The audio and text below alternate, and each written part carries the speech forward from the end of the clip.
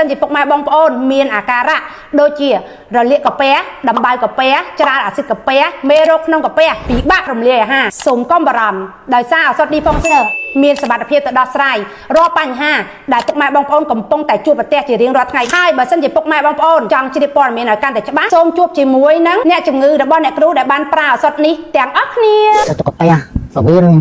ហើយនឹងចង់ឲ្យតម្ងនោមទៀតនោះយ៉ាប់មកខ្ញុំឆ្នាំណាឆ្នាំនេះគឺពិបាកវេទនាបាយម្ដងធ្វើចង់គួតចោលដាក់ទៅធ្វើទុកដូចគុំបានសម្ញអាសម្ញនឹងអាសះដៃជើងឲ្យតែជើឲ្យតែរបស់ឯងហឹងចូលក្នុងកាពះទីធ្វើទុកឲ្យចាប់ដល់ចង់ខ្នង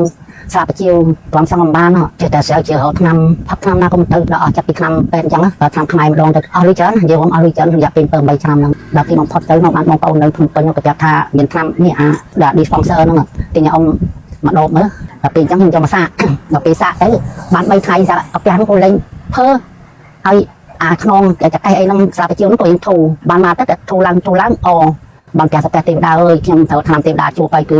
Defunctioner ហ្នឹងតាមប្រយ៉ាងពេលលេបទៅគឺស្រួលមែនស្រួលពីមុនមកវាបើនិយាយទៅរោគខ្ញុំវាឈឺកាពះស្អល់មួយហូបអីមិនសូវបានសារានទៅលុយចុកចាប់ក្នុងខ្លួនហ្នឹងតែឡើយថាមានអាឆ្នាំនេះស្អីឌីសង់តអញ្ចឹងហ៎លើគេផ្សាយណាឥឡូវខ្ញុំទិញសាកប្រើមើលលេបទៅក្រន់ទេមួយបើនិយាយទៅខ្ញុំមិនជឿទេមុនមួយដល់ឡើយចាប់ដើមប្រើទៅវាដឹងថាធូបបាទខ្ញុំជឿហ្នឹងមួយយើងនិយាយទៅវាបាន 90% ហើយមួយវាបាត់សូវស្អល់លេងទៅក៏វាលក់ស្រួល